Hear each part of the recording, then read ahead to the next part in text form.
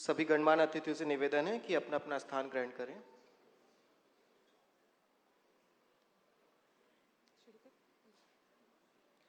Good morning and namaskar to all our esteemed guests today.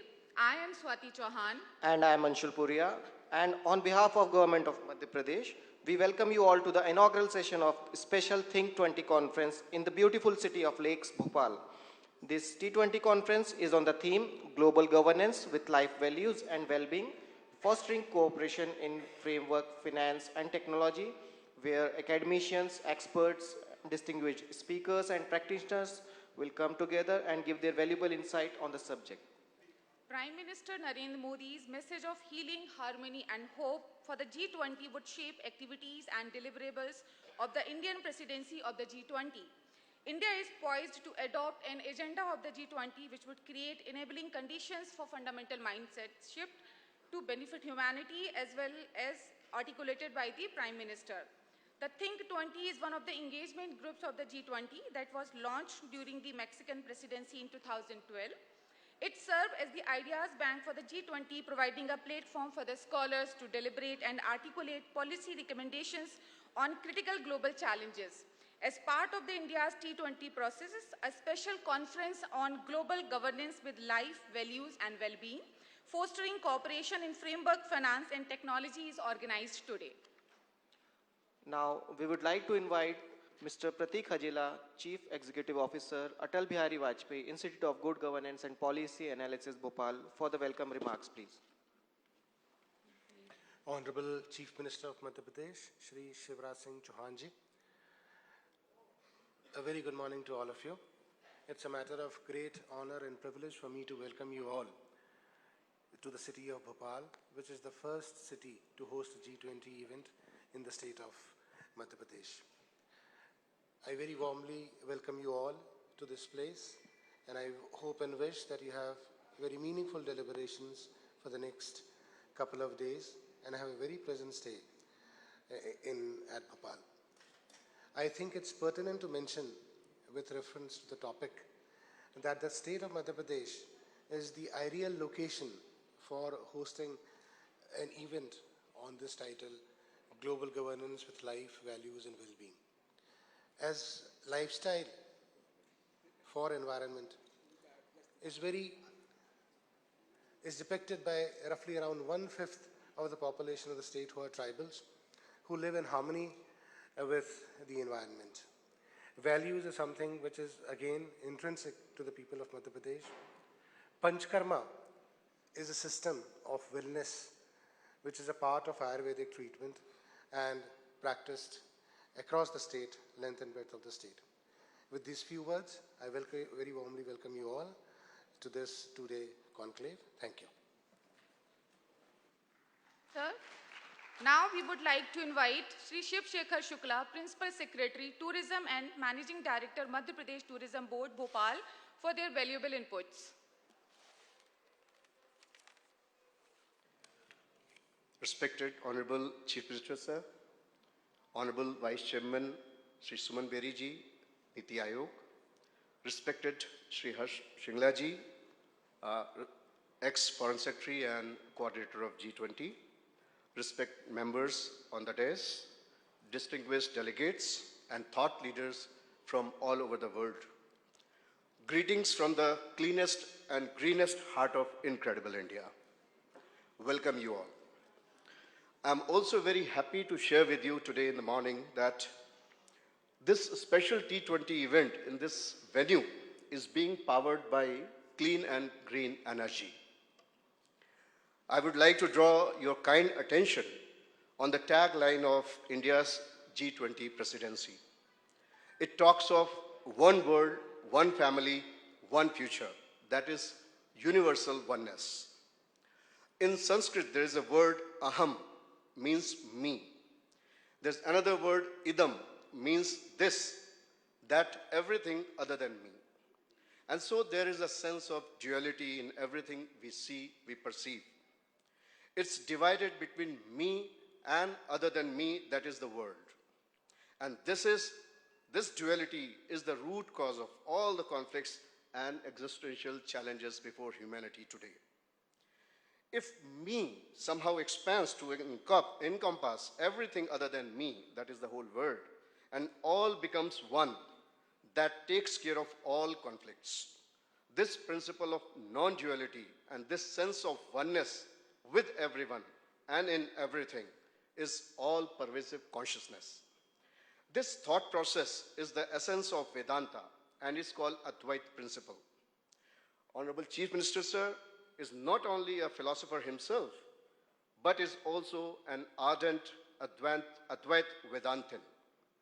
He resolved on 9 February 2017 to transform Omkareshwar into a global center of spreading the message of this universal oneness by creating a unique Ekatma Dham.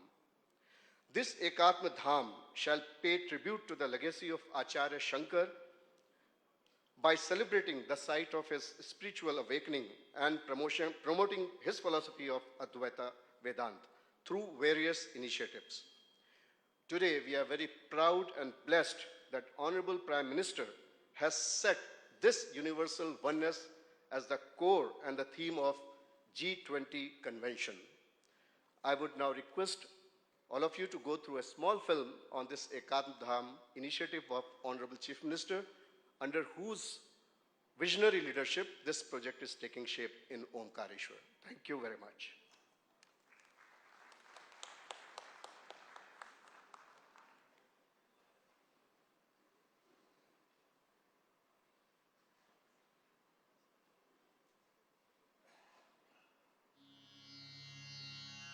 न पुण्यं न पापं न सौख्यं न दुःखं न मन्त्रो न तीर्थं न वेदा न यज्ञाः अहं भोजनं नैव भोज्यं न भोक्ता चिदानन्दरूपः शिवोऽहं शिवोऽहम् चिदानन्दरूपः शिवोऽहं शिवोऽहम्.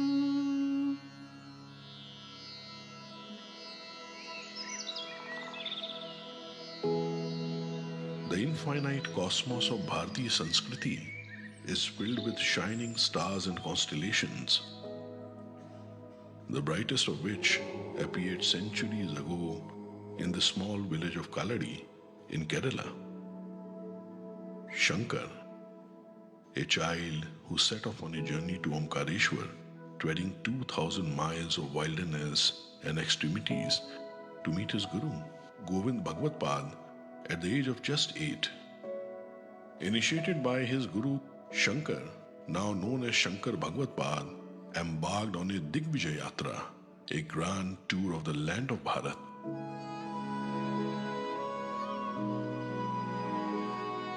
He went on to establish the 4 great mutts in all the 4 corners of Bharat and revived ancient temples along his way. The worship of Panchadevta and the Dashnami Sannyasi tradition was initiated by Shankar, breathing a new life into the withering Sanatan Dharma Parampara. Shankar Bhagwat Pad was the most exceptional cultural unifier and exponent of Advaita Vedanta that Bharat has ever seen. He united India through a singular cultural thread and came to be revered as Adi Guru. Today, a new flame of his Advaita Vedanta is being reignited in Omkareshwar, the Gyan Bhumi of this great soul. अद्वैत वेदांत जन जन तक पहुंचे और आम आदमी भी उससे समझ पाए, जनमानस उससे प्रेरणा ले पाए। इसलिए हमने फैसला किया, सरकार ने फैसला किया कि जहां आदि गुरु शंकराचार्य जी को गुरु मिले और जहां से उन्होंने प्रयाण किया अद्वैत वेदांत के प्रचार का, वहीं आचार्य भगवान की एक मूर्ति लगनी चाहिए। A magnanimous 108 feet tall statue of oneness of Adi Guru Shankaracharya in his child form will be consecrated to enlighten the whole world with Vedanta philosophy from Mandhata Parvat. आप अद्भुत बात देखिए, जैसे इस विचार का प्रकटीकरण मैंने किया संतों के सामने, तो अपूर्व उत्साह की लहर फैल गई। सारे श्रेष्ठ संतों ने कहा कि निश्चित तौर पर यह करना चाहिए, हम साथ हैं। In the true spirit of Advait, the great saints of Bharatvarsh led the Ekatma Yatra, the journey of oneness, collecting metal required for the statue of oneness, soil and water from more than 23,000 Gram Panchayats of Madhya Pradesh. Crores participated, and the grand initiative culminated on 22nd January 2018 as the Ekatma Parva, where the Bhumi Pujan for the statue of oneness was conducted. मूर्ति के साथ साथ ही विचार आया कि अद्वैत लोक बनाया जाए, और अद्वैत लोक के साथ आदिगुरु शंकराचार्य अंतरराष्ट्रीय अद्वैत वेदांत संस्थान भी बने, जो केवल मध्य प्रदेश में नहीं, देश में भी और दुनिया में भी एकात्मता के भाव का प्रचार प्रसार करे, ताकि मनुष्य और मनुष्य की दूरियां समाप्त हो जाए। और फिर ये प्रकल्प बना एकात्म धाम का प्रकल्प। State-of-the-art Shankar Museum, named Advait Lok, an international Advait Vedant Institute, will be established under the guidance of the Sant Samaj of India. In the coming years, modern laser, light, water and sound shows focused on the knowledge of Upanishads will become the center of attraction for thousands of devotees visiting every day. Advait One, spread over 36 hectares, will preserve the natural greenery of Omkareshwar. On the other bank of Narmada, 4 important education centers, Gurukul, Library and Sharda Mandir, will be built under the International Advait Vedant Institute. Today, the world is troubled with wars, conflicts, and merciless exploitation of Mother Nature. Under the physical manifestations of these problems lies the fundamental ignorance of duality. Dispelling these differences with the light of Advait Vedant will usher the world into an era of peace and bliss.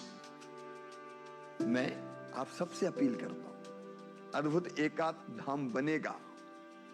एकात्म की यात्रा लगातार जारी है, विश्व शांति के लिए, मनुष्य मात्र में भेदभाव की समाप्ति के लिए, धरती को आने वाली पीढ़ियों के लिए रहने लायक बनाने के लिए। आप इस एकात्मता की यात्रा में हमारे साथ शामिल होइए ना। आइए आप भी ओंकारेश्वर एकात्मता धाम पधारिए। Acharya Shankar's Gyan Bhumi calls upon us. The message of oneness calls upon us.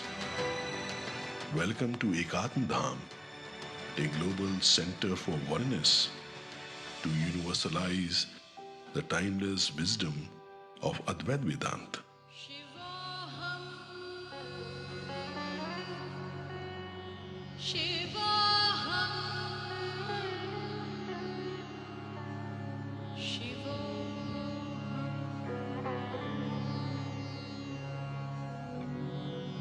मनोबुद्ध्यहङ्कारचित्तानिनाहं न च श्रोत्रजिह्वे न च घ्राणनेत्रे न च व्योमभूमिर्न तेजो न वायुः चिदानन्दरूपः शिवोऽहं शिवोऽहम् चिदानन्दरूपः शिवोऽहं शिवोऽहम् चिदानन्दरूपः शिवोऽहं शिवोऽहम्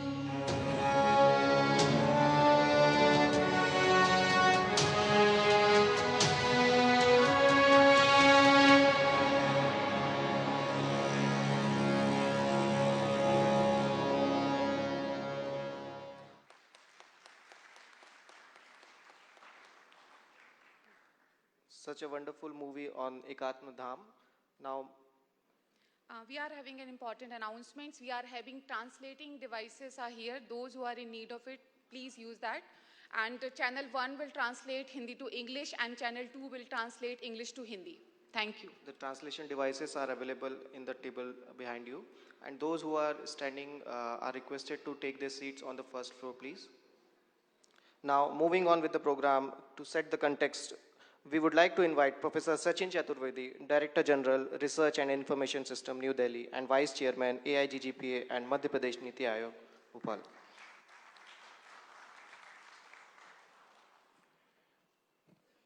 मध्य प्रदेश को बीमारू राज्यों की श्रेणी से सफलतापूर्वक निकालने के बाद नए आइडियाज़ के लिए हमेशा प्रयत्नशील हमारे लोकप्रिय एवं यशस्वी मुख्यमंत्री आदरणीय Shivraj Singh Chouhan ji, honourable minister doctor Slamet Soedarsono, the Dean of the T7, which is the G7's representative think tank group, Dean Sunabasan, somebody who has seen the private sector with Shell, led the National Council for Applied Economic Research, was part of Bruegel, widely traveled, extremely accomplished, our vice chairman of the National Institute for Transforming India, the Government of India's think tank, respected Dr. Suman Berry.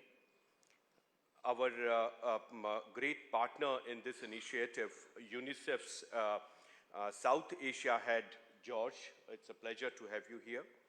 I am also extremely delighted to have our chief coordinator for G20, under whose leadership, along with Sherpa, the process of the G20 has evolved, the former Foreign Secretary to the Government of India, Ambassador Harsh Shringla, the chair for the T20 and Director General of Manohar Parrikar Institute for Defense and Strategic Analysis, Ambassador Sujohn Chinoy.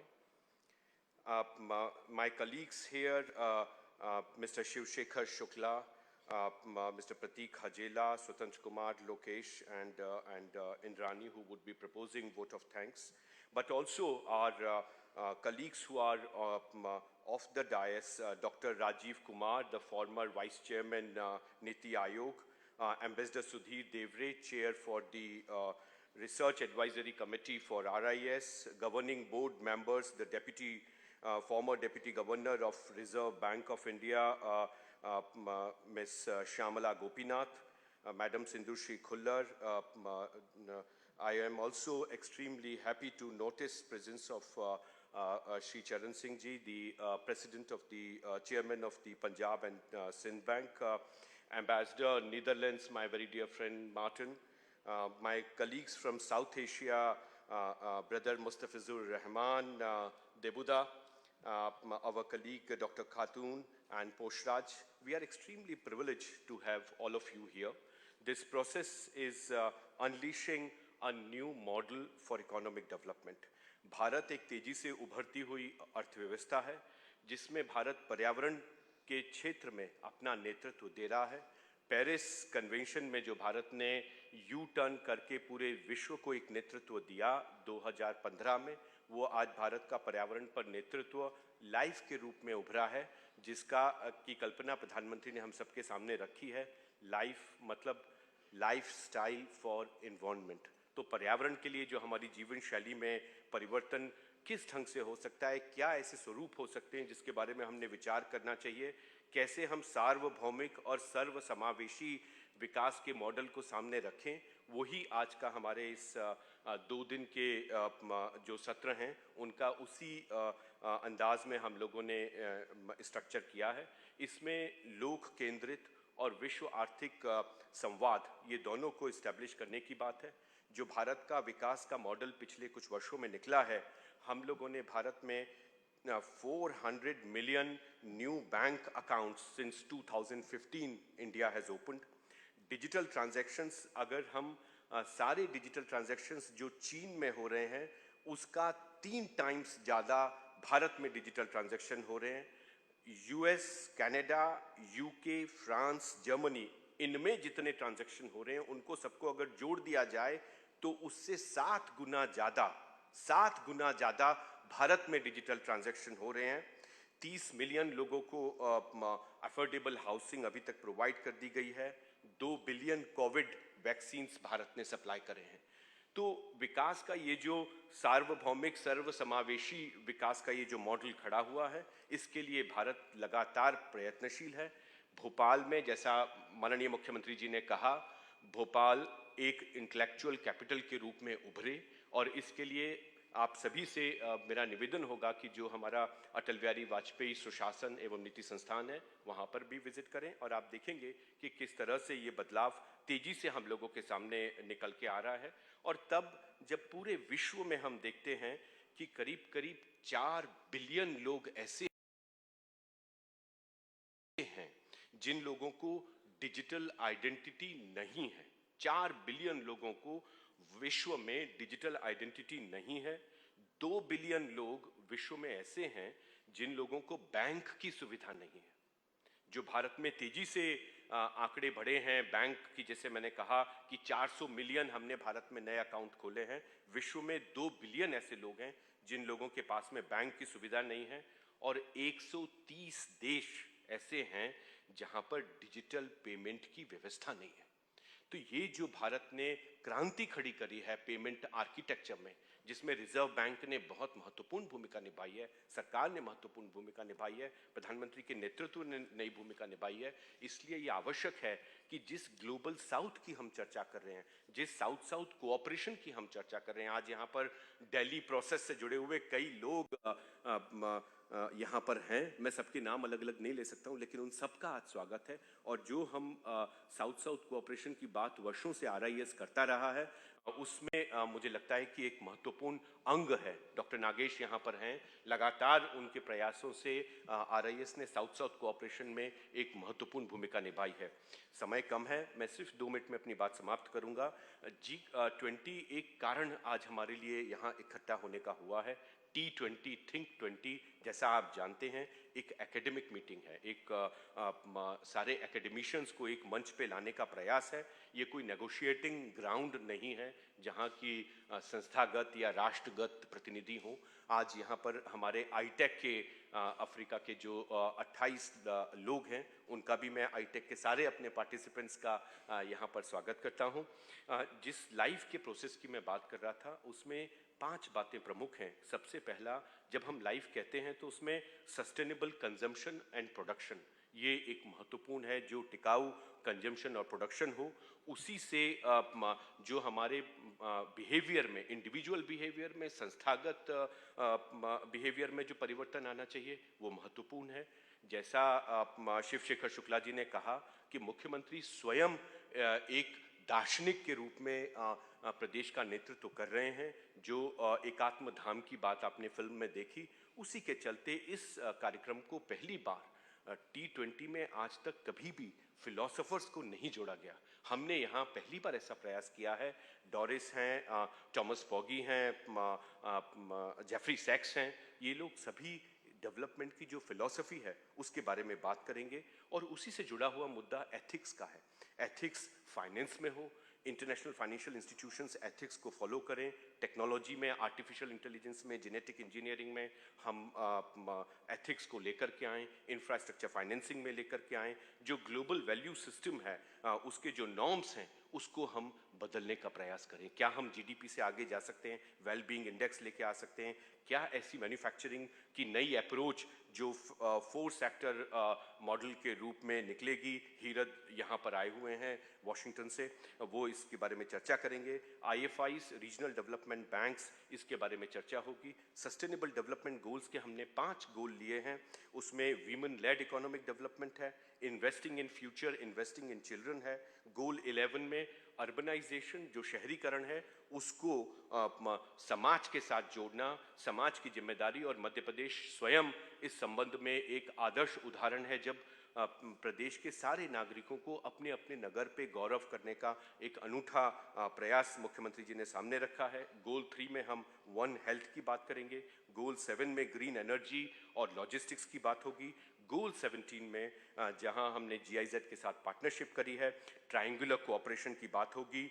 जो LDC का graduation है, जो least developed countries हैं, बांग्लादेश है, नेपाल है, भूटान है, ये countries जो अभी तक लीस्ट डेवलप्ड कंट्री थे, उनका ग्रेजुएशन 2026 तक होना है।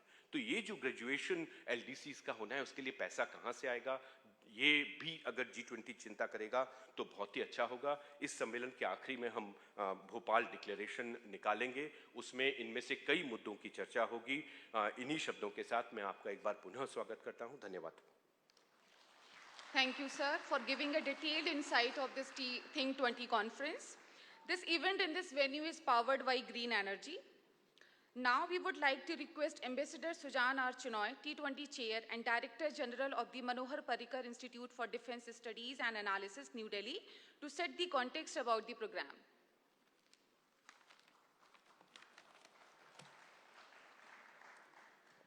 Namaskar. Shri Shivraj Singh Chauhan, Honorable Chief Minister of Madhya Pradesh, Shri Suman Beri, Vice Chairperson, Niti Aayog, Shri Harsh Shringla, Chief Coordinator of G20 India, my colleague Dr. Sachin Chaturvedi, Mr. Sonobe, other distinguished guests on the dais, distinguished participants, ladies and gentlemen.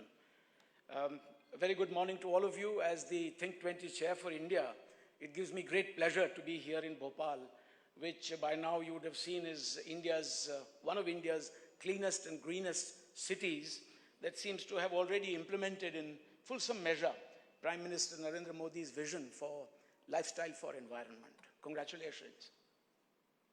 Your presence here, ladies and gentlemen, from different parts of the world, is a testimonial to the fact that India's G20 presidency sincerely aims to transcend all geographical barriers and limitations. In accordance with Prime Minister Modi's vision, we have given voice to the global south and also ensured gender equality. We have connected with experts around the world and across India. This approach is underscored by the overarching theme, Vasudhaiva Kutumbakam, the world is one family. We are meeting in an era of polycrises. All aspects of globalization are under stress, whether trade, technology, finance, movement of human resources, energy, or food. This is yet another moment for the G20 to reinvent itself, as it has done on numerous occasions facing challenges in the past. The G20 is a large and fairly representative grouping.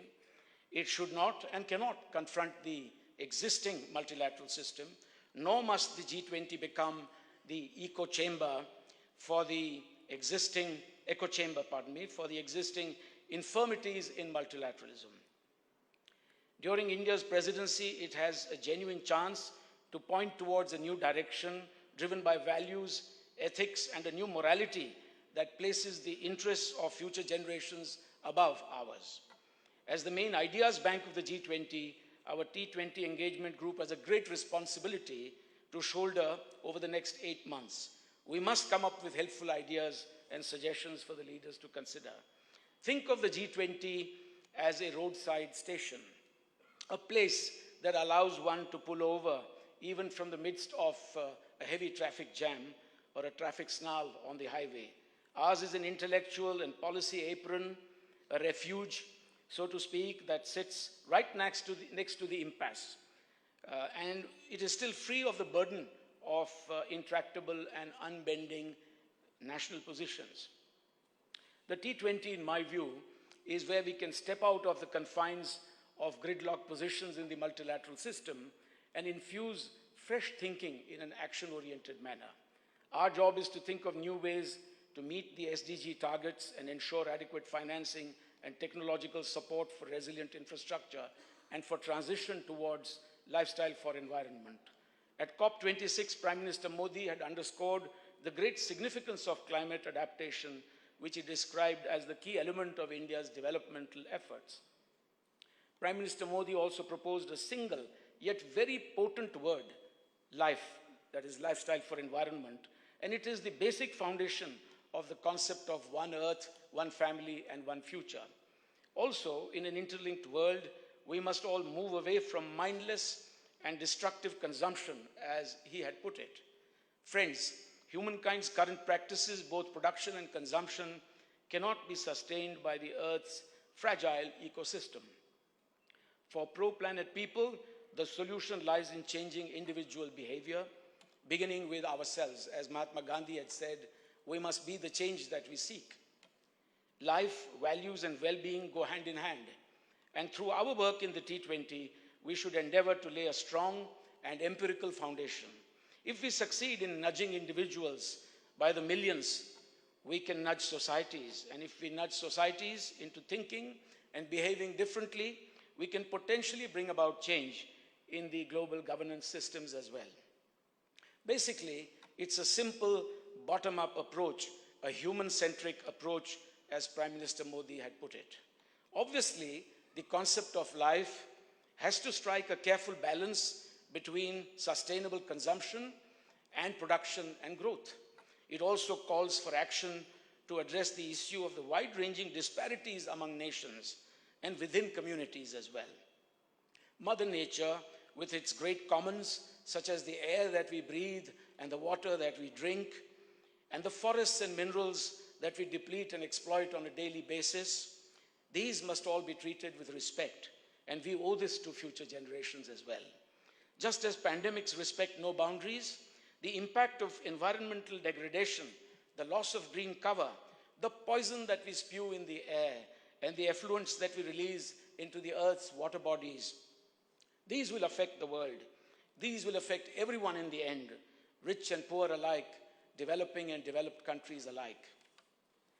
However, the historical cost of industrialization is stacked against latecomers, and that is why the developed world will have to do more to help the developing world make that just and equitable transition.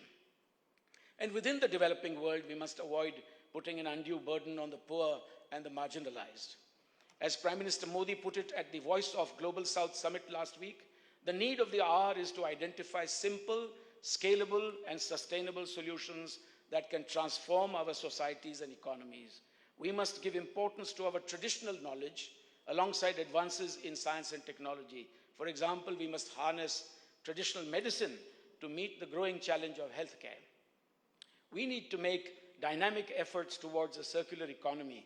It emphasizes mindful consumption to reduce wastage and to provide a virtuous cycle of development. And one of the best examples in the world for life is Japan, a key strategic partner for India, which also happens quite fortuitously to be the current G7 president. And we have the T7 chair with us, Mr. Sonobe himself, present here today.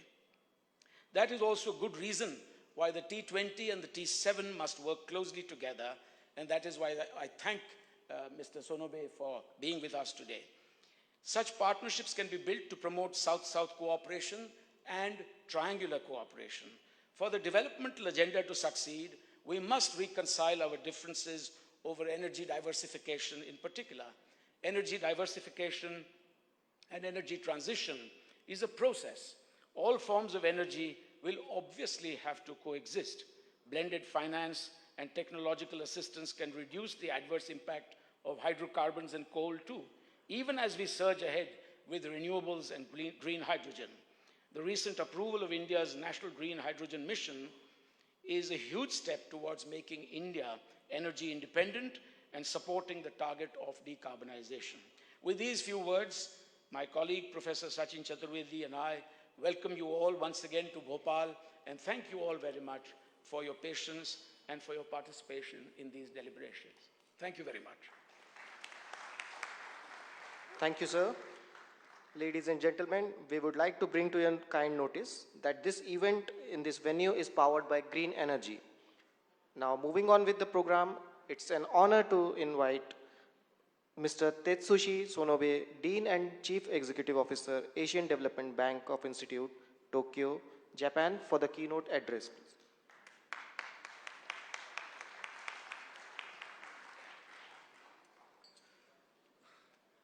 Thank you very much, kind introduction. Honorable leaders, Your Excellencies, other distinguished speakers, thank you, think tank colleagues, and fellow researchers, ladies and gentlemen, very good morning. And, my name is Tetsushi Sonobe, Dean and CEO of Asian Development Bank Institute, the Tokyo-based think tank of Asian Development Bank. And to begin, on behalf of maybe all the participants especially those from abroad. I'd like to express our sincere gratitude to the G20, T20, RIS, especially Professor Sachin Chaturvedi, for their great hospitality, so which has already been revealed at the hearty reception at the airport, very nice hotel accommodation, and very nice dinner with beautiful night view, and tree planting event, and this very gorgeous venue. So it's a really wonderful treatment. I feel as if I became aristocrat or royal family member. Thank you very much. I really feel like I'm a part of one family. Thank you very much. And I'm here because I'm co-chair of Task Force number 1 of T20. This task force deals with issues about macroeconomics, trade, and livelihood issues. But I have another reason to be invited here, which has already been introduced by Professor Chaturvedi and Ambassador Chinoy, kindly. I'm the lead chair of Think 7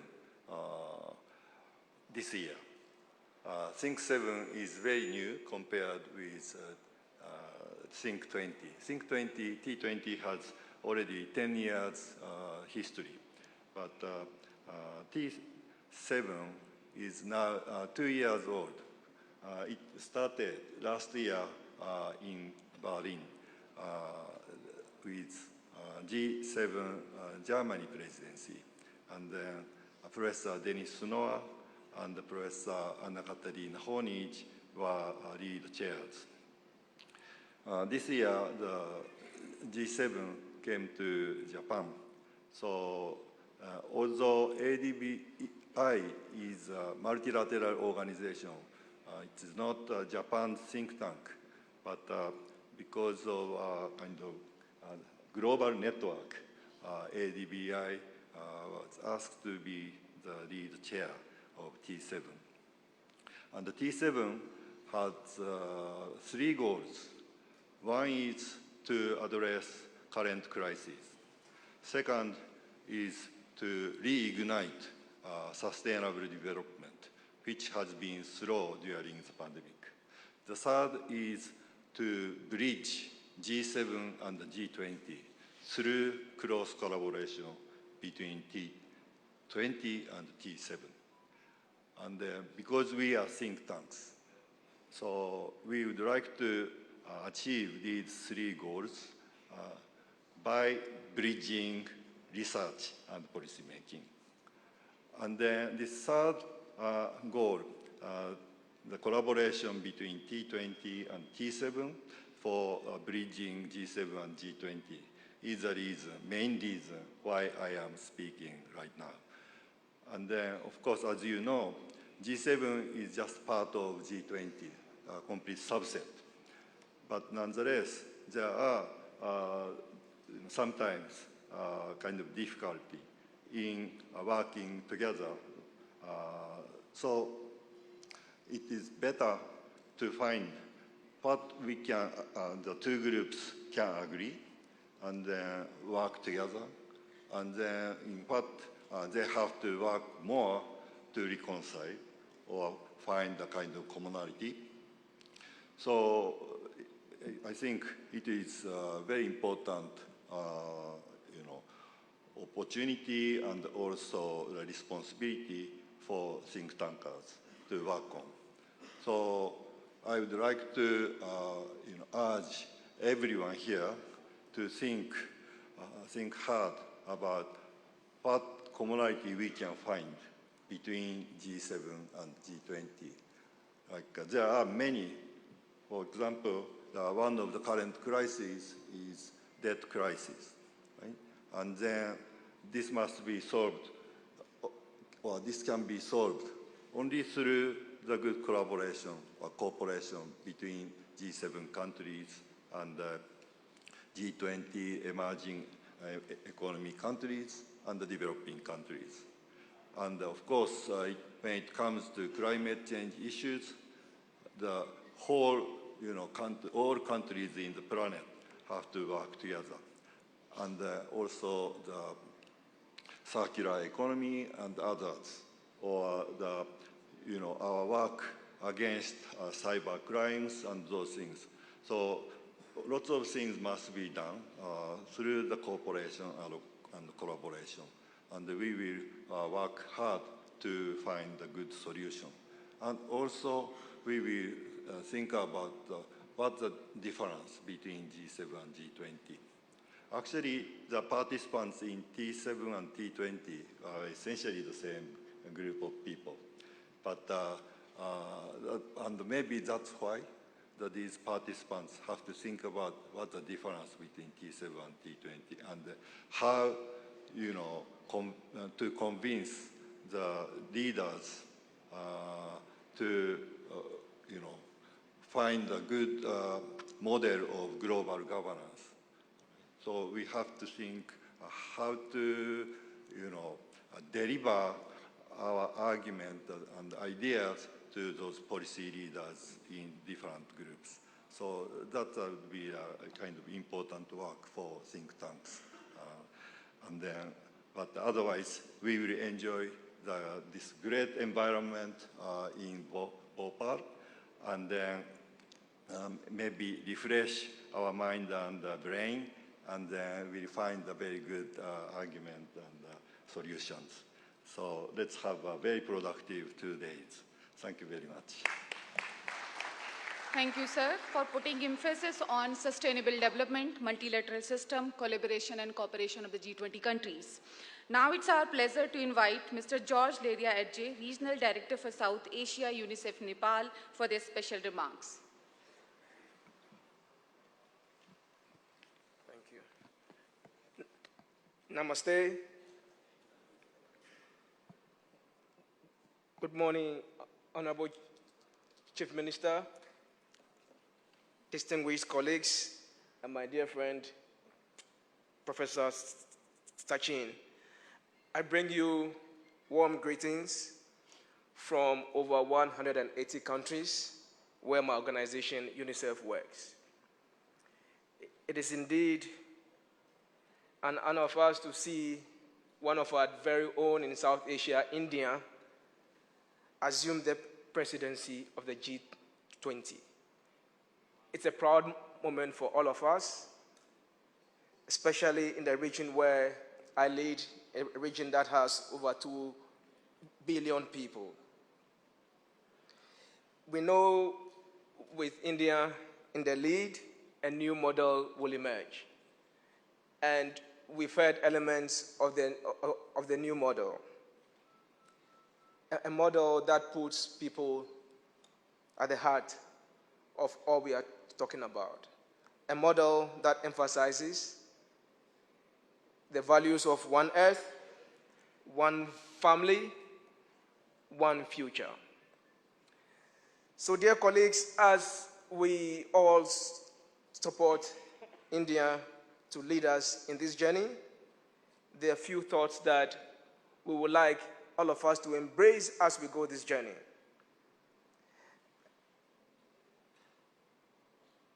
One of them is the notion of participation, which has come out strongly, and this morning we were privileged to have joined Chief Minister to plant trees, and it's going to stay with us for a long time. And imagine if we get many more to do that, involved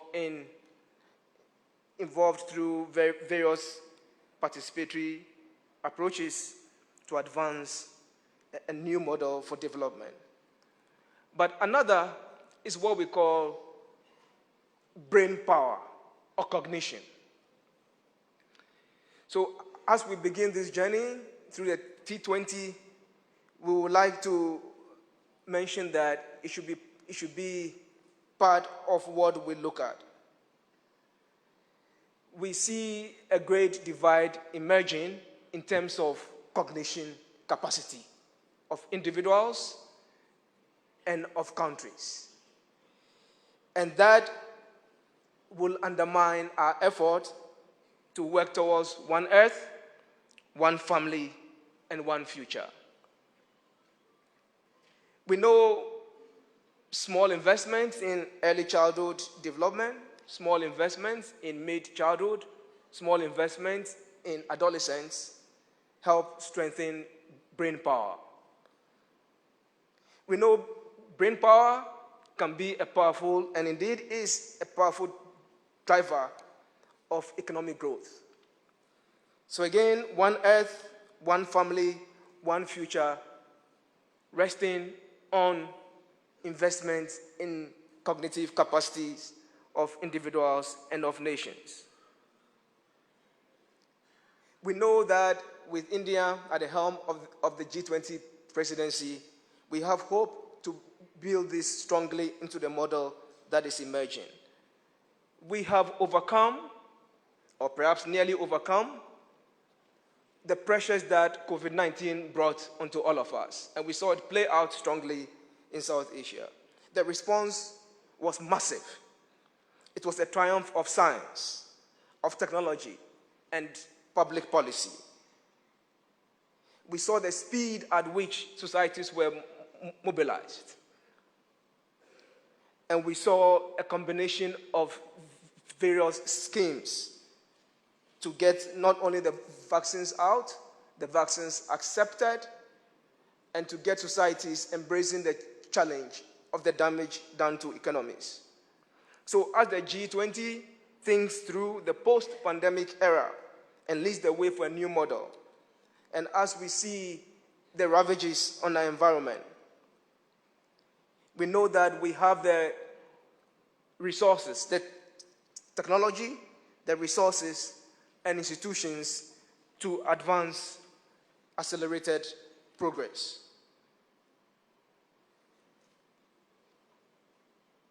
In the context of the notion of us including brain power in our equation, we should remember that there are some 250 million children all over the world who are out of school.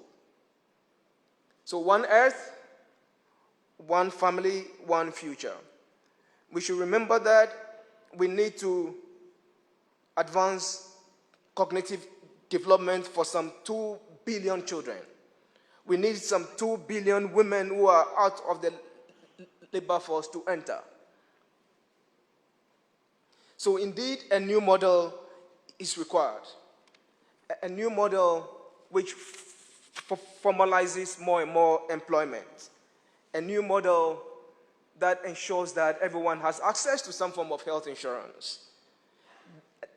A new model that ensures that child care, family support is at the center of the discussion of one earth, one family, one future. And a new model that embraces the notion of brain power for everyone, for those LDCs, for emerging markets, and for the advanced economies. UNICEF globally and in South Asia is privileged to stand with India in this very historic moment. And we extend our support. We know that collectively there will be new thinking on the table. We know that collectively the voices from the South will be heard loud and clear. And we know that collectively we will be able to have a more balanced model for development that benefits children, young people, and their families. I thank you again, and we are looking forward to engaging in these 2 days. Thank you. Thank you, sir. I now invite Shri Harshvardhan Shringla, Sir, G20 Chief Coordinator, Government of India, for his special remark, please.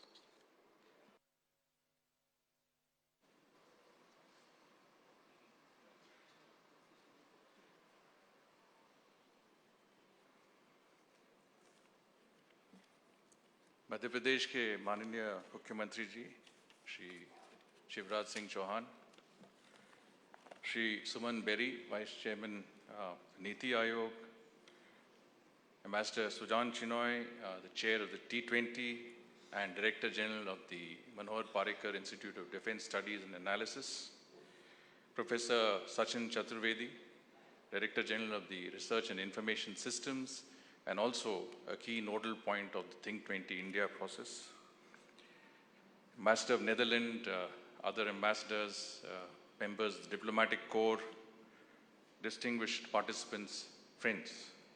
Namaskar. Let me begin by felicitating the Research and Information Systems in general and Professor Sachin Chaturvedi in particular for the timely initiative of hosting this important part of the Think 20 process. I'm also very happy that the RIS has chosen this clean, green, scenic and designated smart city of Bhopal to host this important G20 event. One of our broad priorities under our G20 presidency is accelerated, sustainable and inclusive growth. And in many senses, the state of Madhya Pradesh exemplifies this. Between 2015 and 2021, the state achieved a record 13% growth. And today, we are looking at over 10%, a phenomenal over 10% growth when we see all over, in many senses, recession and lowering rates of growth in the world. This, of course, conference is very important from the point of view of India's G20 presidency. After all, Think 20 is the brain trust that enables the G20 to meet its goals. Since its inception, the G20 has been able to stimulate a convergence of ideas from various think tanks and research institutions spanning myriad focus areas across G20 working and engagement groups. We look forward to some meaningful discussions and recommendations and proposals from this process over the next 2 days of the conference. Friends, the world in many senses is at an inflection point, grappling with shifting power balances, geopolitical upheavals, economic recession, climate and energy crisis, and a crisis of multilateralism. These are fundamental challenges to the global order. But within these crises, we have to find opportunities. The world is looking at the G20 with hope and expectations. Our collective progress cannot be achieved without cooperation and collaboration. We need to work together to devise long-term, well-crafted responses to address these challenges. And the T20 is the forum, is the ideal forum and the best forum to ideate these. India's G20 presidency also comes at a critical time. In India, we have just commemorated the 75th anniversary of our independence. We are beginning the journey of Amrit Kal, the 25 years that lead to the 100th anniversary of our independence. We have the objective of becoming a Viksit Bharat, a developed country by 2047.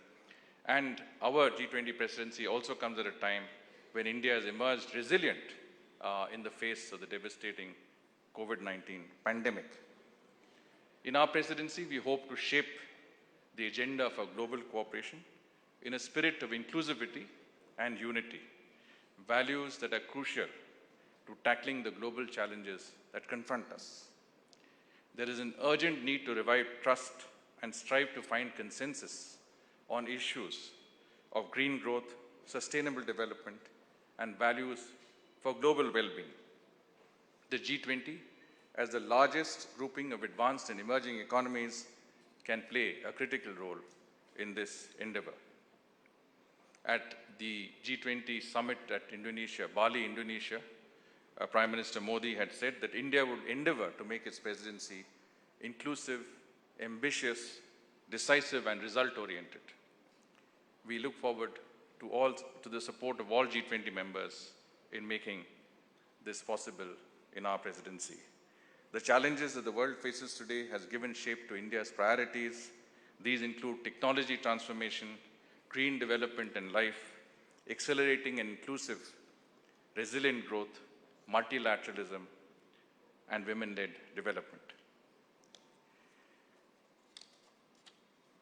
Recently, last week, as a matter of fact, India convened a Global South Summit, the Voice of the Global South, at which the concerns and views of the developing world, 150 countries participated in this conference, many at the level of heads of state and government, were, I would say, sought, and many opinions offered. And I think many of these are very important in the context of our G20 presidency. India is perceived to be the voice of the Global South, and we will certainly take into account many of these recommendations that have come forth and put them forward in the context of our G20 presidency. Our aim, of course, is to have practicable ideas which will have visible impact and gains for the larger global community. The T20 process and its recommendations from you would not only inform the G20 process, but fundamentally chart humanity's path ahead for shared progress and well-being. One of the, I think, important factors that I think T20 members should note in our presidency is the Prime Minister's vision that the G20 and India's presidency of the G20 and what it means should really percolate down to the grassroots levels in our country. Every citizen of our country should know about what this means and what the presidency stands for. And it is in this context that through a means of what we call Jan Bhagidari, which is working in a collective spirit, we intend to take this down to the grassroots levels. And in doing so, we are using many different platforms, one of which is through universities, through schools, reaching out to the youth, but also using popular festivals, using mass events like marathons, quiz competitions, and so on and so forth to get many of these ideas down to the grassroots level. And I think from that perspective, I must say that our novel scheme, which is the University Connect, which enables us to connect with universities all over the country. And at the last count, there were over 100 universities in our country that were part of the University Connect program, which enables us to inform each other of the G20, but also these universities use their outreach to send the message across and arrange events with students across the board. And I must congratulate Professor Sachin Chaturvedi for actually being the implementer of this program. He and the RIS have actually successfully reached out to universities across our country. And I think it's a very unique paradigm and an example of what you can do to really gather a collective, I would say, approach towards what is fundamentally the government's responsibility, but today has become, I would say, has involved students and every section of our society as stakeholders in this exercise. And certainly we look forward to much more of the University Connect as we go along. I just want to, I think, cut short what would be a rather long speech to thank all of our delegates who have come from different parts of the world, from the G20 countries, but from across the world to be with us today. As I said, your views are very important to us in the way we handle our presidency, and we look forward to your collective suggestions and responses in how we can make our presidency an ambitious, inclusive and result-oriented effort. Thank you so very much. Jai Hind. Namaskar. Thank you, sir, for reiterating the importance of values, ethics, sustainable and inclusive growth in today's world and its percolation at the grassroots level. Now it's my privilege to invite Dr. Selamat Sudarsono, Deputy Minister of Political Affairs, Law, Security and Defense, Ministry of National Development Planning, Indonesia.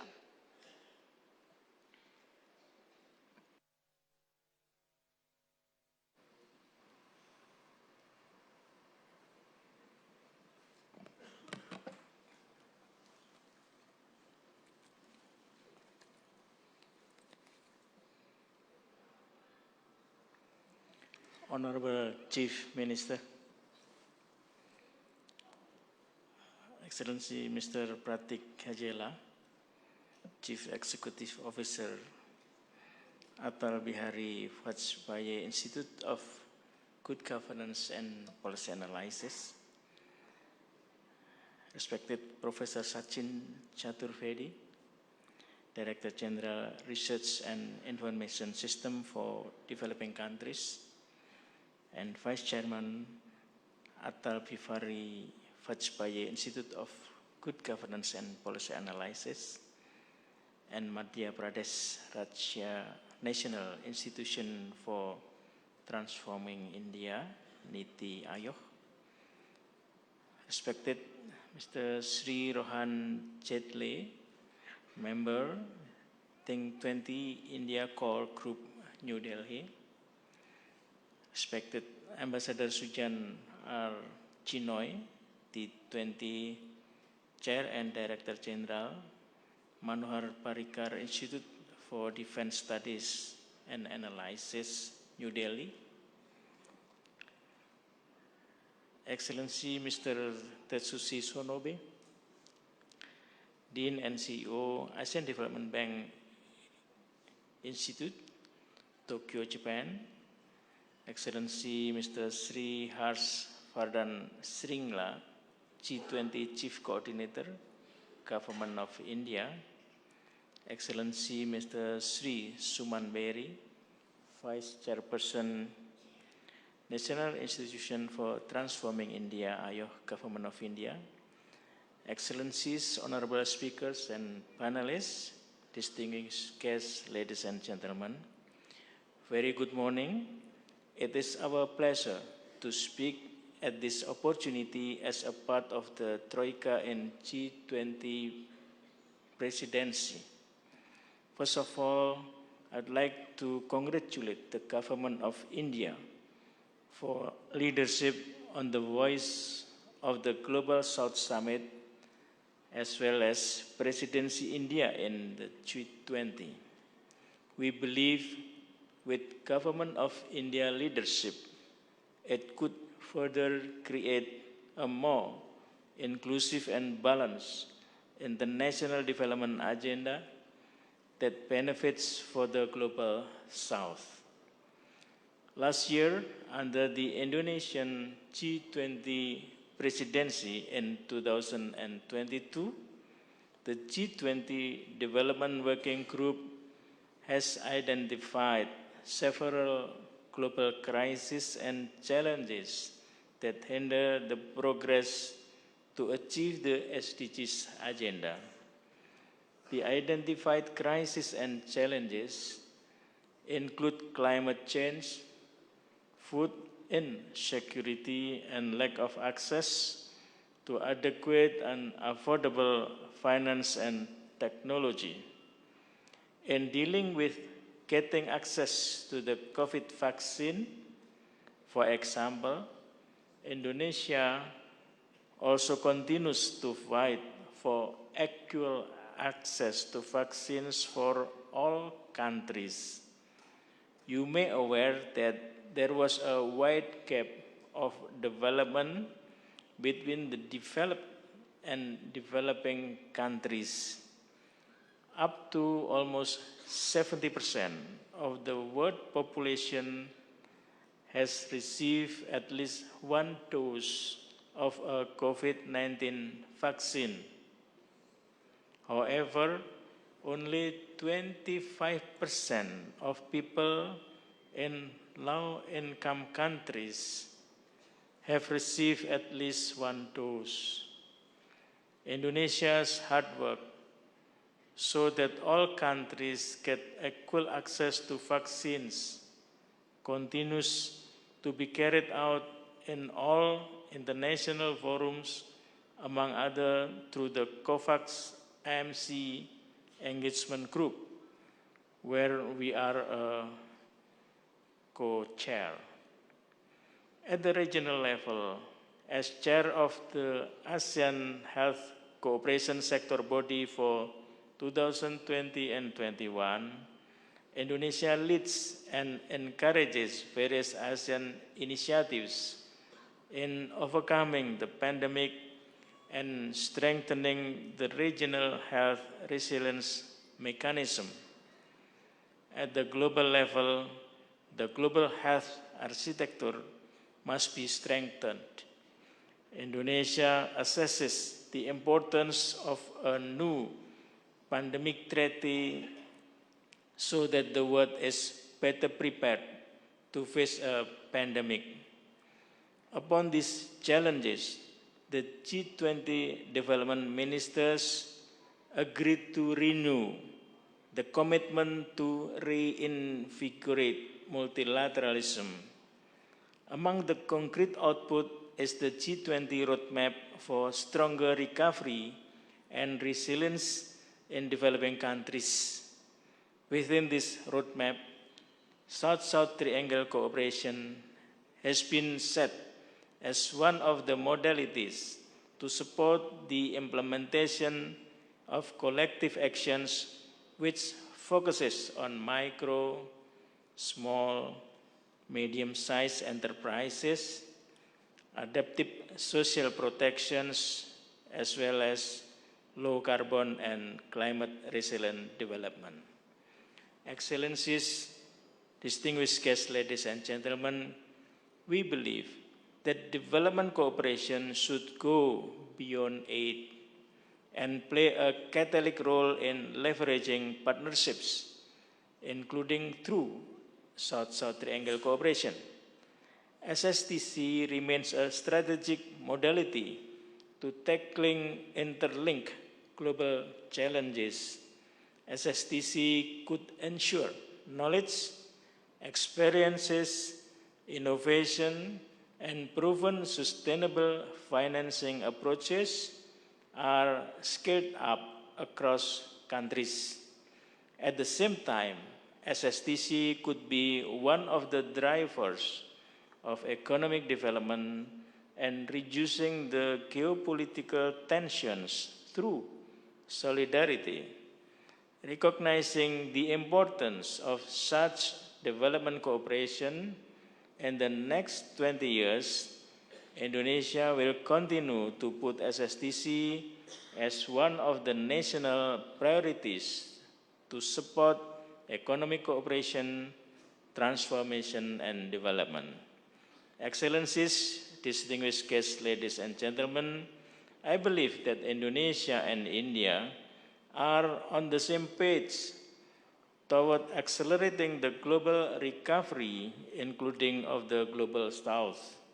We do hope initiatives brought by India to the table could strengthen the preceding outcomes of the G20 and other global efforts toward a more resilient world. As one of the co-chairs at the Global Partnership for Effective Development Cooperation, GPEDC, for 2023 until 2025, we would like to encourage India to also participate in this forum to widen the outreach and maximize all means of cooperation for a more effective development. I think I have to stop here, looking forward to a fruitful discussion. Thank you very much. Thank you, sir. It's an honor to invite the next speaker, Shri Suman Berry, Vice Chairman, Niti Aayog, Government of India, for his special remark.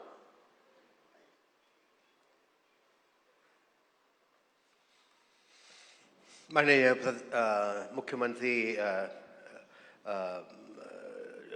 Shri Shivraj Singh Chauhan, distinguished members of the T20 India core group, particularly our host Sachin,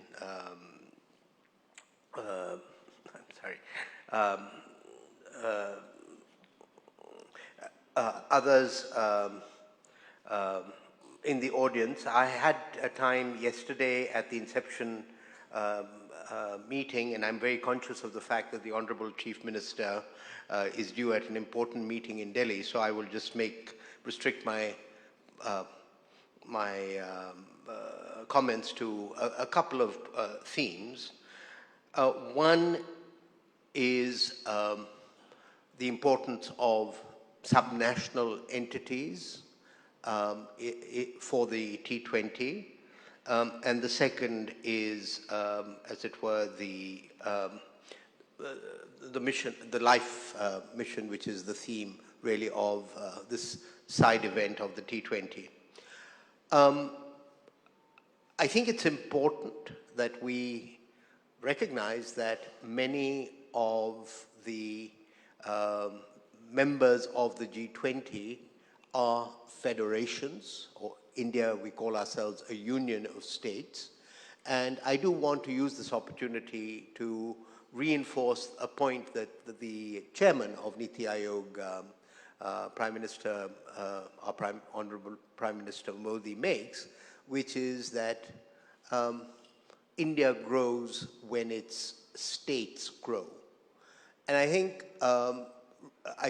that recognizing that a growth process is local is really very important and central for those of us who don't come from unitary governments. And so it is very much a part of Prime Minister Modi's guidance and insight that it was important that G20 events happen around the world, around India. And I do hope that you will use the opportunity of being outside Delhi to get a sense of the reality of economic development in this state and in other states. I think this is important from another point of view, which I think was exemplified by the little tree planting that some of us were part of this morning. And this brings me immediately to the issue of life and lifestyle for the environment, which is to say that what we are talking about is a change in mindset, a change in perspectives on the development process. And as an economist, as economists, we tend to very much think of policy instruments and technology. But over breakfast this morning with the Honorable Chief Minister, you know, he indicated the importance of persuasion, messaging, and the tree planting that some of us were part of was an indicator of that. So, you know, I do think we need to remind ourselves at this rather fraught moment in both global politics and the global environment that where we are right now is as an outcome of a number of decisions and choices that the world has made largely since the 1970s, and that these can be reversed, but that reversing them is an act of political leadership as much as it is of technical leadership, as Prime Minister Modi indicates, pro-planet people. My final point, and then I'll step aside for the Honorable Chief Minister that all of you are waiting for, is that for me what is important about both the G20 and the Sustainable Development Goals is that actually they are what I might call ecumenical, which is to say that neither actually divides the world into developed and developing, north or south. The G20 is a group of sovereigns that have come together to solve their own problems while recognizing their interdependence. And equally, the Sustainable Development Goals, which my institution, the Niti Aayog, is responsible for in the case of India, do not draw a distinction between rich and poor countries. It is a vision of, as it were, a shared vision of the good life for countries poor and rich. I think the important point right now is that the global system has largely failed the poorer countries, relatively speaking, as the recent report that I referred to yesterday by the World Bank pointed out. It is that the dream of convergence that has been much more threatened by the developments, say, of the last decade. And so I just want to make the point that while it is India's aspirations that we, as it were, be the voice of the Global South, and there was an event for that, I do hope that the spirit of fraternity that unites both the G20 and the SDGs will also be an important part of the deliberations. So I just want to end by thanking the organizers, the T20 committee, for engaging Niti Aayog with this, wishing all of you very productive deliberations. I won't be able to stay. Acknowledging the, as it were, the breadth of vision of the organizers to have included not only the core G20 countries, but the partner countries like the Netherlands and also, or the special invitees, and also, I know Bangladesh, possibly Spain as well, as part of this dialogue. So with that, thank you for your attention. Thank you, sir. To reinforce the statement, India grows when its state grows, and our Madhya Pradesh state is continuously striving for it. Now we would like to invite Honorable Chief Minister Shri Shivraj Singh Chauhan for the inaugural address. Distinguished guests, please note that the Honorable Chief Minister's address is in Hindi. The delegates are requested to use the translator device if needed to translate Hindi to English on channel 1. आदरणीय सुमन berry जी, vice chairman NITI Aayog Bharat सरकार, doctor स्लामेड सोडर सोनो जी, हमारे रक्षा मामलों के उपमंत्री Indonesia Shri Harshvardhan Shringla जी, श्री तेजतुसी सोनबे जी, सुजन चिनाय जी, Rajiv Kumar ji, Dennis nowhere जी, सुश्री Shyamala Gopinath ji, M Suresh Babu जी, George लोर्थे जी, सचिन जी, जिन्होंने T20 की इस बैठक को यहाँ आयोजित करने में महत्वपूर्ण भूमिका निभाई है, और उपस्थित सभी मित्रों, सबसे पहले मैं भारत के हृदय प्रदेश, heartland of India, Madhya Pradesh में, मतलब देश के दिल में, दिल से आपका स्वागत करता हूं, आपका अभिनंदन करता हूं। और केवल अपनी ओर से नहीं, मध्य प्रदेश की 8.5 करोड़ जनता की ओर से। सारा मध्य प्रदेश प्रसन्न है। आज आप यहां पधारे हैं। अभी जब तेजतुसी जी बोल रहे थे तो वो कह रहे थे कि हमें ऐसा लग रहा है जैसे कि मैं राजा हूं। मैं आपको बताना चाहता हूं, राजा नहीं, भारत गेस्ट को गॉड मानता है। अतिथि देवो भवा हमारी परंपरा है। ये भारत की परंपरा है कि मेहमान हमारे लिए भगवान जैसा होता है। आप राजा नहीं, आप भगवान जैसे हैं हमारे लिए। मेहमान जो हमारा होता है वो जान से प्यारा होता है। और मैं सचिन जी से आग्रह करना चाहूँगा कि कोई कमी हमारे अतिथियों के स्वागत में रहना नहीं चाहिए। आप कर भी रहे हैं। मित्रों, हम सब T20, और मुझे सचमुच में आज लग रहा है जैसे भोपाल इंटेलेक्चुअल कैपिटल हो गई हो। इतने लोग पधारे हैं।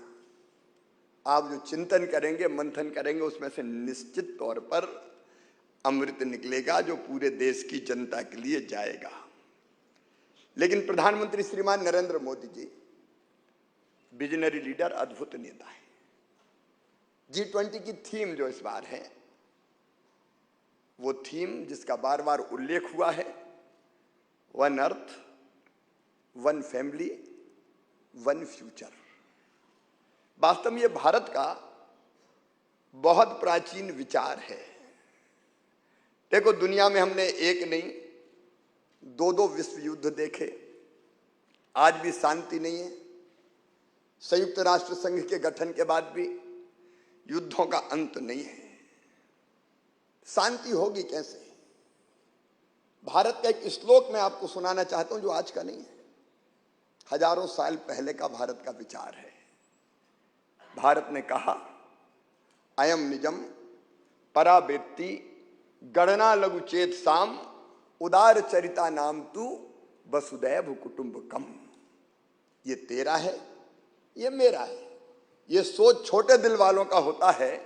जो विशाल हृदय के होते हैं वो तो सारी दुनिया को ही एक परिवार मानते हैं। सारी दुनिया एक परिवार है।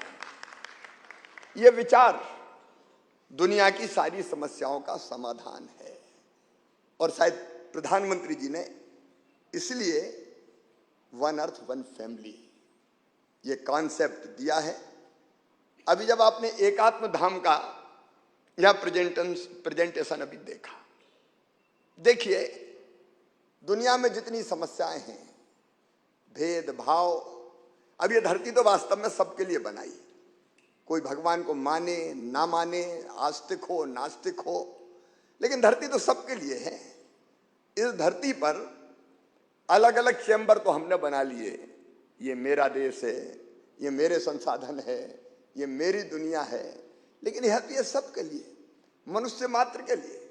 और ज्यादा गहराई में जाकर आप सोचें तो भारत ने ये बात हजारों साल पहले कही कि हम सब अलग नहीं हैं, एक ही चेतना के अंग हैं हम।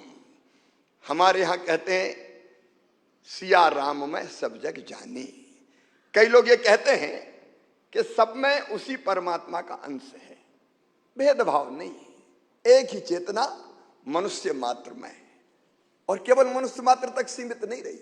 ये चेतना और आगे बढ़ी तो भारत ने तो ये भी कहा कि प्राणियों में वही चेतना है, और इसलिए हम प्राणियों की भी पूजा करते हैं। कई लोगों को अजीब लग सकता है, चेतना वही चेतना प्राणियों में भी है, और वही चेतना हमने मानी पेड़ पौधों में भी। इसलिए भारत है जहां पेड़ों की भी पूजा की जाती है, पहाड़ों की पूजा करते हैं हम। हिमालय हमारे लिए देवतात्मा है। यहाँ एक पर्व होता है गोवर्धन पूजा। कृष्ण ने कई वर्षों पहले कहा कि और किसी भगवान को काहे को पूछते हो, ये पर्वत है, ये जहां में पेड़ से ऑक्सीजन मिलती है, फल मिलते हैं, पशुओं को चारा मिलता है, तो प्रकृति की पूजा करो। नदियों में, समुद्रों में, ग्रह नक्षत्र तारों में, सूरज में, चंद्रमा में एक ही चेतना। और ये विचार अगर व्यवहारिक रूप से, और इसलिए देखो भारत ने ये कहा आत्मवत सर्वभूतेषु, अपने जैसा सबको मानो। भारत में बच्चे ये कहते हैं प्राणियों में सद्भावना हो। जब कोई धार्मिक कार्यक्रम हमारे यहाँ होता है तो धर्म की जय हो, अधर्म का नाश हो, प्राणियों में सद्भावना हो और विश्व का कल्याण हो, सारी दुनिया का कल्याण हो। ये बच्चा गाता है, सर्वे भवन्तु सुखिनः, सर्वे सन्तु निरामया, सर्वे भद्राणि पश्यन्तु मां कश्चित् दुर्भाग् भवेत्। यानी सब सुखी हो, सब निरोग हो, सबका मंगल हो, सबका कल्याण हो।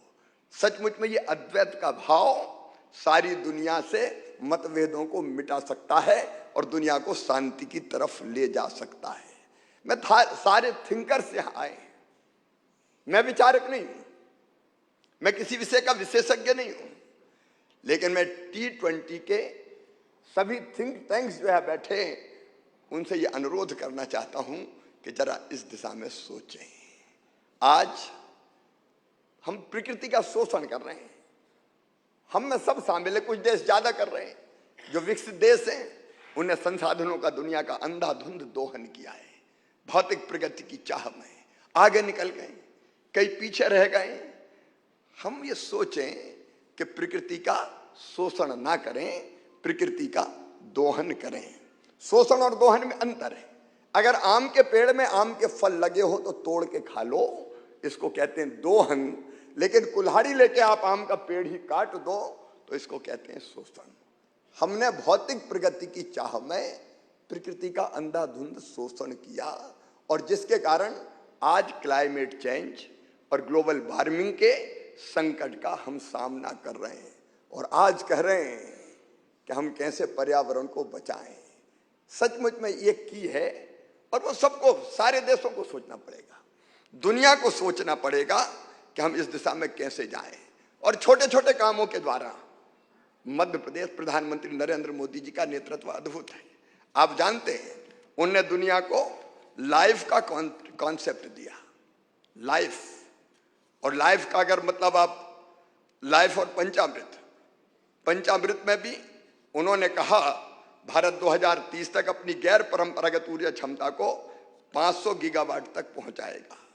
दूसरा, उन्होंने कहा 2030 तक अपनी 50% ऊर्जा आवश्यकताओं को हम रिन्यूएबल एनर्जी के जरिए पूरा करेंगे। तीसरा, उन्होंने कहा भारत 2030 तक कुल प्रोजेक्टेड कार्बन एमिनेशन में 1 बिलियन टन की कमी करेगा। ये भारत कह रहा है, प्रधानमंत्री श्रीमान नरेंद्र मोदी जी कह रहे हैं। चौथा, उन्होंने कहा 2030 तक भारत अपनी अर्थव्यवस्था की कार्बन इंटेंसिटी को 45% से ज्यादा कम करेगा। और पांचवा, 2070 तक भारत नेट जीरो का लक्ष्य हासिल करेगा। उनका लाइफ का आइडिया, ये पंचामृत सचमुच में दुनिया को बचाने का मंत्र है, और आज बेहद प्रासंगिक मैं इसको मानता हूं। अब ये सदी हमको धरती को समर्पित करना चाहिए। एक ग्रीन जीडीपी के बारे में आप लोग विचार करें। ग्रीन जीडीपी मतलब प्रगति की बात प्रकृति के साथ, प्रकृति से उतना निकालो जिसकी भरपाई प्रकृति अपने आप कर ले, इसलिए प्रगति प्रकृति के साथ। ग्रीन फाइनेंसिंग, पर्यावरण मित्र टेक्नोलॉजी का हम कैसे प्रभावी उपयोग करें, और उसके उपयोग के लिए धन की व्यवस्था में सभी देशों की भागीदारी हो। ग्रीन एनर्जी के बारे में ट्रैक 3 में आप इस पर मंथन करने जा रहे हैं, इसलिए मैं उस पर विस्तार से नहीं बोलूंगा। अब प्रधानमंत्री के बताए रास्ते का अनुसरण करते हुए मध्य प्रदेश छोटी छोटी चीजों से कैसे पर्यावरण को बचाने में, धरती को सुरक्षित रखने में अपना योगदान दे रहा है, मैं बहुत संक्षेप में आपको बताना चाहूंगा। आज आप, मैं आभारी हूं, सचिन जी आपने आमंत्रित किया और आप सब मेरे साथ पेड़ लगाने आए। पर्यावरण अगर बचाना है तो यह भाषण से नहीं होगा, स्पीच से नहीं होगा, इसको व्यवहार में उतारना पड़ेगा। इसलिए मैंने तय किया कि मैं रोज अपने दिन की शुरुआत पेड़ लगा के करूंगा, प्लांटेशन से करूंगा, और लगातार मैं पेड़ लगाता हूं। और मैं अकेला नहीं लगाता, मेरे साथ अलग अलग संस्थाएं पेड़ लगाती है। फिर मध्य प्रदेश को हमने आह्वान किया कि भाई रोज मत लगाओ, लेकिन अपने जन्मदिन के दिन जरूर एक पेड़ लगाओ। मैरिज एनिवर्सरी पर, जो शादी की वर्षगांठ है, उस दिन एक पेड़ लगा दो। इससे बढ़िया मैरिज एनिवर्सरी और क्या हो सकती है। बच्चों के जन्मदिन पे पेड़ लगा दो, अपने माता पिता की पुण्य स्मृति में पेड़ लगा दो। हमने एक अंकुर पोर्टल बनाया और कहा कि पेड़ लगाओ और उस पोर्टल पर अपलोड करो। तो मुझे बताते हुए खुशी है कि 1 साल से भी कम हुआ है अंकुर पोर्टल लॉन्च किए हुए। लगभग 8 महीने में 37 लाख लोगों ने अपने जन्मदिन पर पेड़ लगाए और पोर्टल पर फोटो अपलोड किए। और केवल लगाने के अपलोड नहीं किए, 30 दिन बाद फिर फोटो अपलोड किया कि हमारा पेड़ ऐसा है, और 70 दिन बाद फिर अपलोड किया कि अब हमारा पेड़ ऐसा है। तो धीरे धीरे प्लांटेशन का एक वातावरण बन गया मध्य प्रदेश की धरती पर। हम केवल बात ना करें, हम अपने जीवन में उसको उतार के कुछ ना कुछ काम करके दिखाएं। 5 चीजें में, एक पेड़ लगाना, दूसरा प्रधानमंत्री जी ने कहा पर ड्रॉप मोर क्रॉप, पानी बचाने की बात उन्होंने कही। मध्य प्रदेश में हमने चलाया जलाभिषेक अभियान, और उसमें हमने तय किया गांव का पानी गांव में रोकेंगे, खेत का पानी खेत में रोकेंगे। जनता के सहयोग से, केवल सरकार ने नहीं, जनता ने वाटर बॉडीज बनाना शुरू की सरकार के साथ मिलके, और हमने लगभग 4.5 लाख वाटर बॉडीज बना के कंप्लीट कर दी। छोटी बड़ी वाटर बॉडीज वाटर रिचार्जिंग का काम करने का काम कर रही है। और हर साल गर्मियों में हमारा जलाभिषेक अभियान चलता है, जहां जनता के साथ मिलके हम पानी बचाते हैं। मध्य प्रदेश में अब कैनाल इरिगेशन पे हम नहीं जा रहे, ड्रिप और स्प्रिंकलर प्रेशराइज पाइप की प्रणाली को अपना के हम पानी कैसे बचाएं, नहीं तो वाटर लेवल की जगह इतना नीचे चला जाता है कि वो एक अलग समस्या बन जाती है। तीसरी चीज बिजली बचाएं।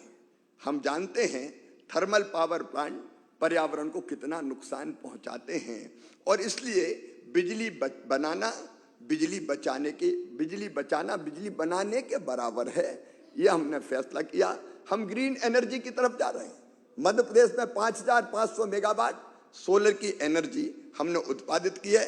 मध्य प्रदेश ऐसा राज्य है जो अपने बांधों में भी पानी पर सोलर पैनल बिछा के सोलर पावर प्लांट लगा रहा है और बिजली का उत्पादन करने का काम कर रहा है। हम उस दिशा में बढ़ रहे हैं, लेकिन तब तक बिजली बचाएं। मैं खुद अगर अपने कमरे से बाहर निकलता हूं तो स्विच ऑफ खुद करता हूं। मैं वेट नहीं करता कि मेरे जाने के बाद कोई स्विच ऑफ करे। हमने ये छोटी छोटी चीजें हम नहीं कर सकते क्या? और पूरे मध्य प्रदेश को मैंने आह्वान किया है कि फालतू बिजली नहीं जलेगी, बिजली बचाने का काम करो। एक और महत्वपूर्ण अभियान, वो इससे थोड़ा अलग है, लेकिन वो है बेटी बचाओ अभियान। मैं मध्य प्रदेश के संदर्भ में कहना चाहता हूं, हमारे यहाँ सेक्स रेशियो थोड़ा गड़बड़ा रहा था। बेटे ज्यादा पैदा हो रहे थे, बेटियां कम पैदा हो रही थी, इसलिए कि जो लोग मानते थे कि बेटा ज्यादा उपयोगी बेटा आए। हमने एक योजना बनाई मध्य प्रदेश में, लाडली लक्ष्मी योजना, और हमने तय किया कि बेटी अगर जन्म लेगी तो जन्म के साथ ही उसके खाते में 30,000 रुपया जमा हो जाएंगे। और उसको हमने पढ़ाई से जोड़ दिया। वो 5वीं पास करके 6वीं में जाएगी 2,000, 8वीं पास करके 9वीं में जाएगी 4,000, 11वीं और 12वीं में 6,000, कॉलेज में एडमिशन लगी तो 12,500, डिग्री प्राप्त करेगी तो 12,500, और जब शादी करके ससुराल जाएगी तो सीधे 1 लाख रुपया मिल जाएंगे। मध्य प्रदेश की धरती पर बेटी लखपति पैदा होगी। हमने एक योजना बनाई, मैं उसका इम्पैक्ट बता रहा हूं आपको कि मध्य प्रदेश में 2011-12 में सेक्स रेशियो था 1,000 बेटों पे 912 बेटियां, और आज वो सेक्स रेशियो बढ़ के हो गया है 1,000 बेटों पे 956 बेटियां। इसको हम बराबरी पर लाकर ही चैन की सांस लें। ये छोटे छोटे इनिशिएटिव्स सारी सोच और मानसिकता को बदल देते हैं। और एक हर काम करो तो जन भागीदारी के साथ करो। जनता को स्वच्छता की बात हो रही है। इंदौर हिंदुस्तान का सबसे स्वच्छ शहर है 6वीं बार, जो हमारी कमर्शियल कैपिटल है। भोपाल देश की राज्यों की राजधानियों में स्वच्छतम राजधानी है, लेकिन ये भी हमने बनाई तो जनता के साथ मिलके हम गांव का गौरव दिवस मनाते हैं, शहर का गौरव दिवस मनाते हैं। और उस दिन उस गांव और शहर के लोग जहां भी रहते हैं अपने गांव में आके, चाहे स्वच्छता हो, पानी बचाओ, बेटी बचाओ, आंगनबाड़ी अडॉप्ट करो, ऐसे कार्यक्रमों में हिस्सा लेते हैं। तो पब्लिक देखिए, जनता को साथ लिए बिना किसी समस्या का समाधान नहीं हो सकता। इसलिए हमने ऐसे कई इनिशिएटिव्स मध्य प्रदेश में लिए हैं। मैं स्वयं दर्शन का विद्यार्थी रहा हूं, और इसलिए अंत में मैं फिर कहना चाहता हूं कि प्रधानमंत्री जी ने जो G20 के सूत्र वाक्य के रूप में वन अर्थ, मतलब ये पृथ्वी एक है हम सब के लिए, ये पृथ्वी हम सब के लिए, भावी पीढ़ी के लिए इसका साझेदारी के साथ संरक्षण करना हम सबका सामूहिक कर्तव्य है। वन अर्थ, वन फैमिली, मैंने पहले ही बताया, पूरा विश्व एक परिवार है, और इसमें केवल मनुष्य नहीं बल्कि प्राणियों की भी तो चिंता करो। कई प्रजातियां खत्म होने की कगार पे हैं। अब हमारे यहाँ चीते बहुत थे हिंदुस्तान में, एक जमाने में चीते समाप्त हो गए। ये अलग बात है कि प्रधानमंत्री जी नामीबिया से फिर चीते लेके आ गए।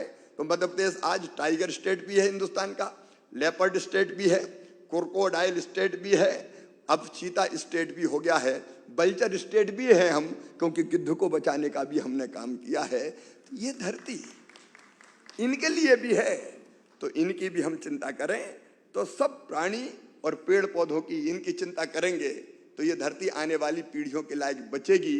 नहीं तो एक दिन मानव जाति का अस्तित्व ही इस धरती से समाप्त हो जाएगा। तो हमारी चिंताएं, हमारे लक्ष्य सबके एक होना चाहिए। एक दूसरे पर निर्भरता और एक दूसरे पर विश्वास, यही हमारी असली ताकत है, यही हमारी दुनिया की असली ताकत है। और वन फ्यूचर, एक भविष्य, एक दूसरे से आगे निकलने की अंधी दौड़ ना लगाएं। देखो, मन में कई बार पीड़ा होती है, वेदना होती है, दुनिया के संसाधनों का 80% से ज़्यादा उपयोग मुट्ठी भर लोग और मुट्ठी भर राष्ट्र करते हैं। क्यों इस दुनिया में कोई भूखा रहना चाहिए? क्यों सबके पास मकान नहीं होना चाहिए? क्यों सबके पास मिनिमम सुविधाएं नहीं होना चाहिए? ये कैसी धरती है? कई बार सोच के बेहद तकलीफ होती है मन में। और इसलिए है तो सबके लिए, तो सबके लिए कम से कम जो मिनिमम आवश्यकताएं हैं उसकी पूरी हो। और इसलिए संघर्ष नहीं, समन्वय, युद्ध नहीं, शांति, प्रेम, विश्वास। जो पीछे और नीचे ले रहे हैं, सर्वाइवल ऑफ द फिटेस्ट, ये जंगल का कानून है, ये मनुष्यों के लिए नहीं हो सकता। अरे जिसकी जितनी जरूरत है, और अगर कोई कमजोर है तो उतना उसको प्राप्त करने में मदद करो, कमजोर को भी आगे लाने की कोशिश करो। और इसलिए कई बार जब G20 की बात आती है तो मेरा दिल कहता है केवल G20 क्यों, दुनिया, सारी दुनिया क्यों नहीं, सारी दुनिया के देश इसमें क्यों नहीं? G7, G20, ये भी अलग अलग कंपार्टमेंट बना रखे हैं हमने। G7, G20 नहीं, सारी दुनिया एक हो जाए और कोई एक फोरम बने जहां दुनिया के सारे देश साथ आ जाए और साझा विचार करें कि कैसे सबका कल्याण हो। ये T20 की बैठक इस दिशा में बहुत महत्वपूर्ण भूमिका निभाएगी, ये मेरा विश्वास है। इसलिए मैं एक बार फिर आप सबका यहाँ हृदय से स्वागत करता हूँ और ये निवेदन करता हूँ केवल मीटिंग में मत रहना, आप थोड़ा बहुत घूमना फिरना भी, मध्य प्रदेश देखना भी। या ट्राइबल म्यूजियम बहुत अच्छा है हमारा, तो ट्राइबल म्यूजियम देखने आइए। वर्ल्ड हेरिटेज में सांची बिल्कुल पास में है, सांची देखने जाइए। और मैं तो ये कहूँगा समय मिले तो भीमबेटका की गुफाएं देखना चाहिए। 3500 साल पुरानी गुफाओं में चित्र उकेरे हुए, पेंटिंग्स बनी हुई है अलग अलग उस समय की मानव सभ्यता। वो भी यहाँ से ज़्यादा दूर नहीं है। और वैसे तो समय हो तो महाकाल महालोक भी आप देख सकते हैं। उज्जैन जाके एकात्म धाम जहाँ ओमकारेश्वर में बना रहे हैं वो भी देख सकते हैं। और मध्य प्रदेश टाइगर स्टेट है, 11 टाइगर पार्क यहाँ पे हैं। मैं तो आपसे निवेदन करूँगा कि अगर समय हो तो हमारी वाइल्ड लाइफ को भी देखिए। और टाइगर भी रिजर्व हमारे ऐसे हैं कि भोपाल में भी कई बार टाइगर गरजते हैं और कई बार उनसे हैंडशेक करने की नौबत आ जाती है। तो मैं तो आपको निमंत्रण दूंगा कि मध्य प्रदेश की विशेषताएं भी देख के जाइए। आप पधारे, बहुत बहुत धन्यवाद। और आपके चिंतन से जरूर ऐसा अमृत निकलेगा जो विश्व का कल्याण करेगा। एक बार फिर आपका स्वागत, प्रणाम, नमस्कार। धन्यवाद माननीय मुख्यमंत्री महोदय। G20 की थीम वसुधैव कुटुंबकम, एक परिवार, एक भविष्य और एक फ्यूचर पर प्रकाश डालने के लिए और एनवायरमेंट प्रोटेक्शन के सही मायने बताने के लिए। Before formally ending this inaugural session, I would like to invite Dr. Indrani Varpujari, Principal Advisor, Atal Bihari Vajpayee Institute of Good Governance and Policy Analysis, Bhopal, for vote of thanks.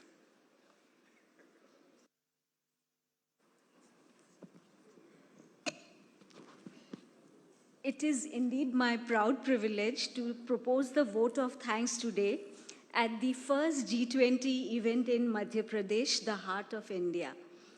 On behalf of all, I would like to express our deepest and most heartfelt gratitude to the Honorable Chief Minister of Madhya Pradesh, Shri Shivraj Singh Chauhan ji, not only for gracing this event with his august presence, but also for his leadership to the state-level contributions towards G20. We are indeed very obliged to you, sir, for not only for sharing with us today the strides made by Madhya Pradesh towards a sustainable, inclusive, clean, green future for all, which accommodates all. And as you all know, we are indeed very, very obliged to you for spearheading a green movement in the state, and also for taking on so much initiatives for gender equality in the state. As a woman personally, I feel very, very thankful for all the initiatives for gender equality in the state. I would next like to extend a heartfelt thanks to Shri Suman Berry, Honorable Vice Chairman, Niti Aayog, Government of India, for his kind presence today, and also for articulating the importance of subnational growth strategies and also for stressing on the vision of G20 as shared vision for all, for a good life for all, irrespective of whether rich or poor. We are also indeed very grateful to Ambassador Harshvardhan Shringla, G20 Chief Coordinator, Government of India, for his stewardship of the whole process and for taking the lead in shaping India's presidency, G20 presidency, as mainstreaming the voices of the Global South.